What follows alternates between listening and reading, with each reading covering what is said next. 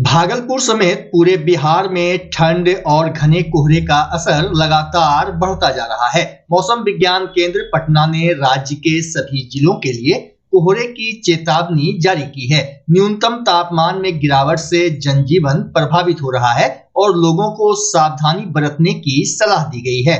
फिलहाल समूचा बिहार ठंड की मार झेल रहा है। भागलपुर, पूर्णिया, बांका समेत कई जिलों में स्कूल बंद हैं। मौसम विभाग ने जानकारी दी है कि 4 और 5 जनवरी तक राज्य के सभी जिलों में घना से बहुत घना कोहरा छाया रह सकता है। साथ ही न्यूनतम तापमान में गिरावट आने की संभावना है। इधर भागलपुर जिला में सर्द पछुआ हवा के कारण कनकनी बढ़ गई है। मौसम विभाग के मुताबिक नए वर्ष के दिन यानी 1 जनवरी को कड़ाके की ठंड का सामना करना पड़ सकता है। भागलपुर के नाथनगर थाना क्षेत्र में हुए अभिषेक हत्याकांड का भागलपुर पुलिस ने सफल उद्भेदन करते हुए मुख्य 4 आरोपियों को गिरफ्तार कर लिया। इस सनसनीखेज मामले की विस्तृत जानकारी रविवार को सिटी एसपी शुभांक मिश्रा ने प्रेस कॉन्फ्रेंस के माध्यम से दी। उन्होंने कहा कि यह सफलता पुलिस की तत्परता, सटीक रणनीति, तकनीकी अनुसंधान और मानवीय सूचना के बेहतर समन्वय का परिणाम है। सिटी एसपी ने बताया कि इस जघन्य हत्याकांड का मुख्य साजिशकर्ता कोई और नहीं बल्कि मृतक का मामा संतोष ही है। जांच में सामने आया है कि मृतक अभिषेक कुमार की गर्लफ्रेंड का उसके मामा संतोष के साथ अवैध संबंध था। जब इस रिश्ते की जानकारी अभिषेक को हुई तो वह संतोष को लगातार ब्लैकमेल करने लगा। लगातार ब्लैकमेलिंग से परेशान होकर संतोष ने अभिषेक को रास्ते से हटाने की साजिश रची और 2 लाख रुपए में उसकी हत्या की सुपारी दी। योजना के तहत राघोपुर दियारा में पहले अभिषेक को गोली मारकर मौत के घाट उतारा गया। फिर सबूत मिटाने के उद्देश्य से उसके शव को 3 टुकड़ों में काट दिया गया। चौंकाने वाली बात यह रही कि इस पूरे हत्याकांड की सूचना खुद मामा संतोष ने नाथनगर थाने में आवेदन देकर दी ताकि पुलिस को गुमराह किया जा सके। हालांकि पुलिस ने मामले की गंभीरता को देखते हुए विशेष टीम का गठन किया और तकनीकी साक्ष्यों एवं गहन पूछताछ के आधार पर साजिश का पर्दाफाश कर दिया। गिरफ्तार आरोपियों ने पूछताछ में स्वीकार किया कि अभिषेक की हत्या की सुपारी उसके मामा संतोष ने ही दी थी।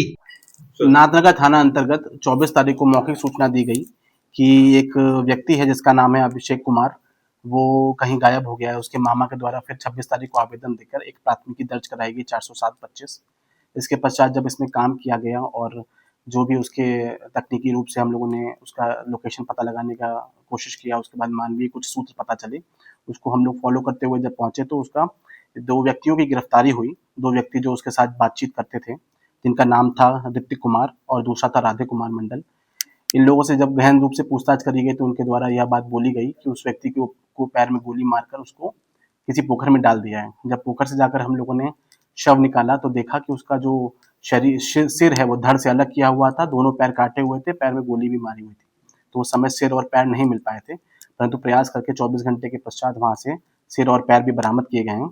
इन दोनों लोगों की निशानदेही के पश्चात एक और व्यक्ति आयुष कुमार की मुंगेर जिले से गिरफ्तारी हुई है और इसके जो मामा है वही इसमें मुख्य जो ऑर्केस्ट्रेटर है, जिसने पूरा का पूरा घटना को प्लान करके अंजाम दिलवाया है इन तीनों लोगों से। जो मुख्य कारण सामने आ रहा है तो जो मामा का एक अवैध संबंध था एक महिला के साथ, वो महिला आयुष के साथ भी संपर्क में, अभिषेक के साथ भी संपर्क में आई थी। तो उसी के द्वारा जो अभिषेक है वो मामा को ब्लैकमेल कर रहा था कि ये बात हमारी मामी को बता देंगे। इसके अलावा दोनों एक बिजनेस भी चलाते हैं, जिसमें हमारे सामने आ रहा है कि वो साइबर ठगी का एक बिजनेस है, जिसमें आपस में पैसे का भी लेन देन का विवाद था। तो इसी दोनों विवादों के चलते जो इसका मामा था उसको इस व्यक्ति के जो अभिषेक है उसको जिंदा रहना नागवार गुजरता था। इसी के चलते उसने प्रॉपर प्लानिंग करवा के 2 लाख रुपए का वादा देके जो ये 3 लोग हैं जिनका पहले का भी आपराधिक इतिहास रहा है, थोड़ा नशेबाजी भी करते हैं, उन लोगों से इस तरीके की विभत्स घटना को अंजाम दिलवाया है। जो हम लोग की जो छापेमारी हुई उसमें एक देसी कट्टा बरामद हुआ है। जो मृतक का कड़ा था और उसका जो हेडफोन था वो जो मारने वाले व्यक्ति हैं उनके घर से छापामारी में बरामद किया गया है। तो सीएनजी टेम्पो है जिसमें गोली मारने की बात सामने आई है, वो टेम्पो भी बरामद हो गया, उसमें खून के छींटे भी मिले हैं। जिस जगह पर इन लोगों ने बॉडी को काटा है उस जगह पर एफएसएल टीम ने जाकर जो खून के धब्बे हैं और जो छींटे पड़ी हुई हैं उन सबको बरामद किया है, उन सबको एफएसएल जांच के लिए भेजा गया है। इसके अलावा जो लोग गिरफ्तार हुए हैं वो 4 लोग हैं। ऋतिक कुमार, ये मिर्जापुर थाना नाथनगर के रहने वाले हैं। राधे कुमार मंडल, पिता त्रिवेणी मंडल, ये भी मिर्जापुर नाथनगर के रहने वाले हैं। तीसरा है आयुष प्रताप, जिनकी मुंगेर से गिरफ्तारी हुई है, ये भी नाथनगर के ही रहने वाले हैं। और चौथा है संतोष कुमार, जो कि इसका मामा है, ये वही बरारीपुर थाना नाथनगर का रहने वाला है।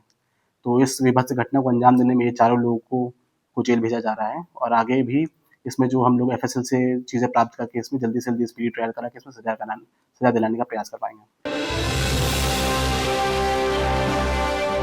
सुल्तानगंज थाना क्षेत्र में दर्ज रंगदारी और आर्म्स एक्ट से जुड़े मामलों को लेकर सिटी एसपी शुभांक मिश्रा ने प्रेस वार्ता कर मामले का खुलासा किया। उन्होंने बताया कि 7 दिसंबर को सुल्तानगंज के घाट रोड इलाके में रंगदारी मांगने और अवैध हथियार से जुड़े आरोपों के तहत एक मामला दर्ज किया गया था। इस केस में पुलिस ने मौके से खोखा भी बरामद किया था। सिटी एसपी ने बताया कि जांच के दौरान घाट रोड सुल्तानगंज निवासी मनोहर मंगल के पुत्र चिंटू कुमार को गिरफ्तार किया गया है। 7 दिसंबर 2025 को सुल्तानगंज अंतर्गत घाट रोड पर रंगदारी मांगते हुए एक व्यक्ति के ऊपर फायरिंग की गई थी, जिसके पश्चात 562-25 केस दर्ज कराया गया रंगदारी और हत्या का प्रयास और आर्म्स एक्ट के अंतर्गत। वहाँ पर कुछ खोखे भी बरामद हुए थे। इसके पश्चात जो आदमी वहाँ से भागा था उसको चिन्हित करके हम लोगों ने पकड़ा है। उसका नाम चिंटू कुमार है, पिता मनोहर मंडल, ये घाट रोड सुल्तानगंज का ही रहने वाला है। इसका जो कनेक्शन है वो दीपक यादव से और नीतीश यादव से भी कनेक्टेड है। ये कहीं ना कहीं कनबुच्चा का जो वहाँ तार फैले हुए हैं सुल्तानगंज क्षेत्र में रंगदारी और इन सब मामलों में, जो पहले अपराध नियंत्रण की धारा 3 के अंतर्गत भी हम लोग के यहाँ उसकी डीएम साहब का आदेश हुआ था, तो उसी से संबंधित ये केस है। इसमें जो चिंटू कुमार पकड़ाया है उसका पहले का भी 2 आपराधिक इतिहास है। सुल्तानगंज थाना अंतर्गत 54-23 इसमें फरारी चल रहा था, वो हत्या का केस था और 27 आर्म्स एक्ट लगा हुआ था, उसमें भी फायरिंग की थी। और इसके अलावा सुल्तानगंज थाना 43-22 में ये आर्म्स एक्ट बरामदगी और दारू भी बरामदगी के केस में पहले जेल जा चुका है। तो इस तरीके से इसका आपराधिक इतिहास है और बाकी लोगों से भी ये आर्म्स वगैरह लाता है। और अभी सूचना मिली कि दीपक यादव के पास से आर्म्स पाया हुआ है। हम लोग उसके बारे में लगातार छापामारी कर रहे हैं और बहुत जल्दी उसमें भी हम लोगों को सफलता मिलेगी।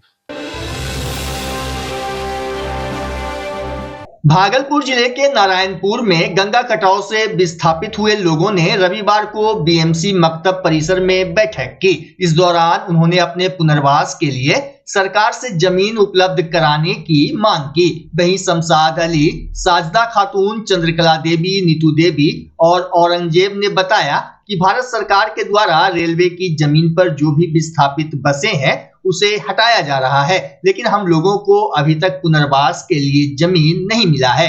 बैठक का उद्देश्य यही है कि हम लोग गंगा कटाव से पीड़ित हैं। हम लोग गंगा बाढ़ कटाव से पीड़ित हैं। कब कटा हुआ था? ये 1976 से ही कटा हुआ है। कितने व्यक्ति पीड़ित हैं अभी तक? अभी तकरीबन 500-600 आदमी जो रेलवे के बगल में नरकीय जीवन यापन कर रहे हैं, उनके पास अपना रहने के लिए बसोबास का जमीन नहीं है। हम लोग 20 सालों से संघर्ष कर रहे हैं, सरकार से रिक्वेस्ट कर रहे हैं हम लोगों को पुनर्वास का जमीन दे। अभी अचानक बैठक करने का क्या मतलब? अतिक्रमण मुक्त अभियान के अंतर्गत हमें रेलवे वाले को इधर उधर भगा रहे हैं। हमें भागने का कोई रास्ता नहीं। इधर गंगा है, इधर कोसी है, बीच में रेलवे है। आत्महत्या पुनर्वास के लिए कहीं आवेदन दिया गया? जी सर, अंचल अधिकारी को दिए, एसडीओ साहब को दिए, डीएम। कितने दिनों से आवेदन दे रहे हैं? अभी तकरीबन 15 साल से आवेदन दे रहे हैं हम। सुल्तानगंज नगर परिषद के वार्ड 12 के बिस्कोमान भवन में नाला का पानी प्रवेश होने पर जल जमाव की समस्या हो गई है। बिस्कोमान के प्रबंधक चंदन कुमार ने बताया कि 5 माह से नाला की सफाई नहीं होने से नाला का पानी आने जाने वाले रास्ते पर बह रहा है। ये तो बरसात के टाइम से ही पानी ऐसा हो रहा है। जब से ये क्या कहता है रोड ऊंचा हो गया और नाली हम लोग का भी ऊंचा हो गया और बिस्कोमान नीचे चला गया, तो क्या कहता है नाला का पानी सारा बिस्कोमान में ही जा रहा है और आगे भी शायद नाला जाम में है। वैसे मैंने जिला परिषद के अध्यक्ष सर से बात की थी, तो उन्होंने बोला था कि इसका निवारण कर दिया जाएगा, लेकिन अभी तो कुछ ऐसा निवारण नहीं हुआ है। तो नाला का पानी तो बिस्कोमान में जा रहा है। ये सारा पानी यहाँ पे स्टॉप होके सारा पानी यहाँ बिस्कोमान में ही जा रहा है। बच्चा जब जन्म लेता है तो कई बार बच्चा तुरंत नहीं रोता है, रोने में देर हो जाता है। ऐसे में बच्चा क्षतिग्रस्त हो जाता है और उसके बचने की संभावना कम हो जाती है। और यदि बचा तो भविष्य में उसमें विकलांगता की समस्या आती है। जिसे सीपी कहते हैं, जिसका कोई माकूल इलाज नहीं है और ज़िंदगी भर बच्चा विकलांगता से जूझ सकता है। ऐसे में पूरे संसार में कूलिंग थेरेपी का सहारा लिया जाता है। जन्म से ठीक 6 घंटा के अंदर यदि उसको कूलिंग थेरेपी दिया जाए तो उससे उसका सीपी की समस्या कम होती है और बचने की भी संभावना बढ़ती है। पहली बार बिहार झारखंड में आपके शहर के स्नेह नवजात शिशु बाल सेवा केंद्र में यह मशीन उपलब्ध है। कभी भी ऐसी बात हो कि बच्चा रोने में विलम्ब हो गया तो आप स्नेह नवजात शिशु बाल सेवा केंद्र में जरूर संपर्क करें।